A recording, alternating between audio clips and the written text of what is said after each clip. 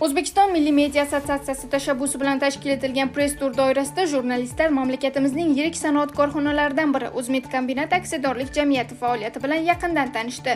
Dastlab O'zbekiston Milliy media assotsiatsiyasi boshqaruv raisi Odiljon Tojiyev hamda O'zmedkombinat aksiyadorlik jamiyati boshqaruv raisi Bahodir Abdullayev ishtirokida uchrashuv bo'lib o'tdi. Unda ikki tomonlama hamkorlikni rivojlantirish istiqbollari muhokama qilinib, yakunda o'zaro anglashuv memorandumi imzolandi.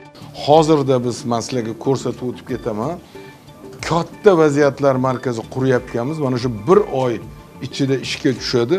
O'sha vaziyatlar markazida turib kombinatni to'liq boshqariladi. Hatto kombinatga kirib kelayotgan metallurgik siryoni ham hatto navbatdan o'tishi ham elektron tizimlashtirilgan. Press tur davomida kombinatning bugungi va ertangi kuni haqida turli avlod vakillari fikrlari ham tinglandi. Qariyb yarim asr umrini metallurgiya sohasiga bag'ishlagan, bugun 95 yoshni qarshilagan faxriy metallurg Hamid Andayev o'zining mehnat faoliyati va kasbga sadoqati haqida so'zlab berdi. Prezidentimiz tomonidan BYD avtomobili bilan taqdirlangani esa yurtimizda fidoyi mehnat egalariga ko'rsatilayotgan yuksak e'tiborning yana bir ifodasi bo'ldi. Shuningdek, quyi prokatlash majmuasi mutaxassisi Dilnoza Pirimqulova bilan ham suhbat tashkil etildi.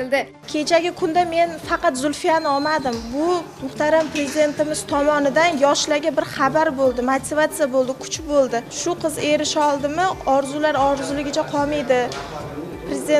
Muhtaram prezidentimiz bu bilan nima demoqchi bo'ldi? Faqatgina bitta qizi orzusini amalga oshirib, bu mavzu shu joyda yopilib ketmaydi. Bu endi boshlandi. Yoshlarimizga katta motivatsiya, har biringlarni e'tiborimdan qoldirmayman, har biringlar e'tiborimdasizlar, orqanglarda men turibman degan kuch berdi muhtaram prezidentimiz.